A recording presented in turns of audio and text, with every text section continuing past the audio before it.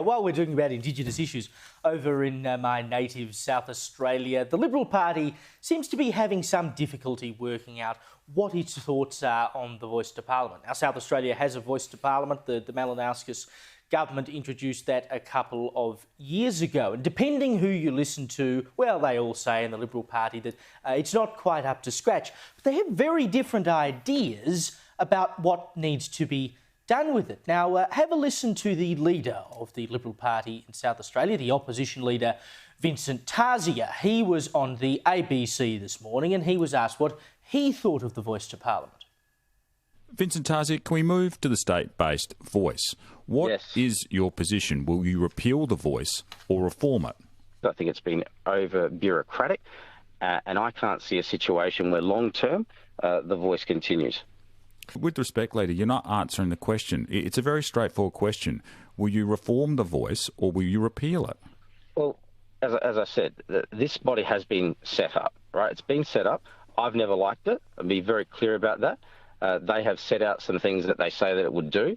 I don't think they're being met. And if that continues, I can't see a situation where it continues. OK, you can't see a situation, but will you get rid of it if you had the power to do so? Well, if I had the power to do so, it's absolutely something that I would contemplate. But there is a review, and I think that's the time you would do it.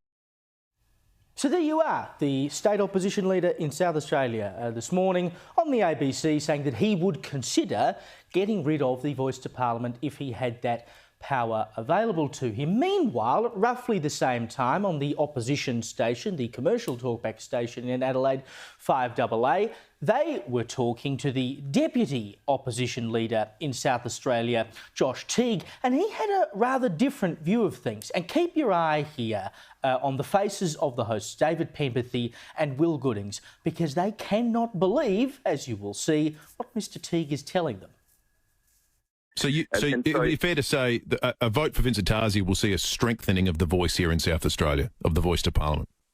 I'd say that will certainly occur. And what will occur is that what will happen is you'll have a body that will be able to inspire confidence, not only among broader South Australians, but among Aboriginal people themselves. It's a defective model. It should surprise nobody that it hasn't actually proved to be effective. Sorry, Josh, can I just ask exactly the same question again? Because you just said again that the voice is defective.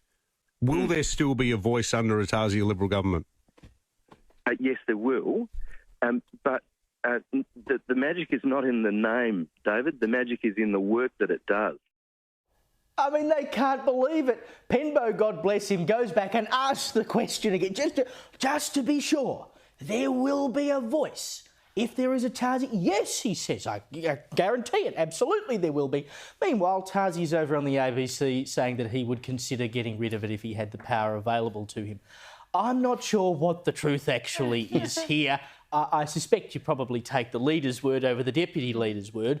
But how bad is it when you have the leader on one radio station saying, yep, I don't like it, I'd consider getting rid of it, and meanwhile you've got your deputy on another station saying, actually, we would strengthen the voice and there will absolutely be a voice under the Liberal government. Well, they're saying the voice doesn't inspire much confidence. The South Australian Liberals are inspiring even less with that response. How can you have two ministers on air at the same time giving two completely contradictory responses to one of the central issues in Australian politics right now? 64% of South Australia voted no, the highest no vote, just behind Queensland.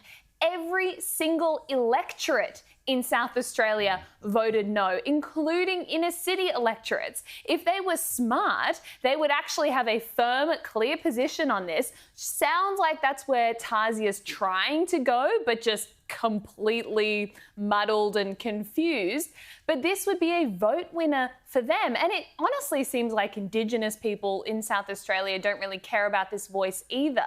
Turnout at the first elections for the voice in 2024 was less than 10%. 2,500 people in the entire state voted for The Voice. So no one wants this. The people don't want this. The Indigenous community is completely disengaged in this process. The whole thing is very bureaucratic. They have 6 local First Nation voices. 2 reps from each of those go into the state one. I mean, the whole thing is ridiculous. It's got more voices than a choir. But the Liberals, if they can't actually have a clear message on this, well, The Voice is confusing, but the Liberals' message is even more confusing. So you've perfectly outlined why this should be a no-brainer for the South Australian Liberal Party, and yet they're vacillating over what to do. The Australian reported that this has not even been debated within the party room, with an election just 4 months away in Tasmania. So the problem is, when you don't have in South Australia, when you don't have convictions, and clearly there's no convictions here because there's no definitive stance, then it's impossible to have leadership. And clearly there's no leadership. You've got the leader and the deputy saying opposing things. And where there's no leadership, you end up with just a mess and chaos and confusion. And that's the state of the Liberals, sadly, not just in South Australia, but we're seeing it all over the country. Zero conviction, which leads to zero leadership, which leads to mass confusion.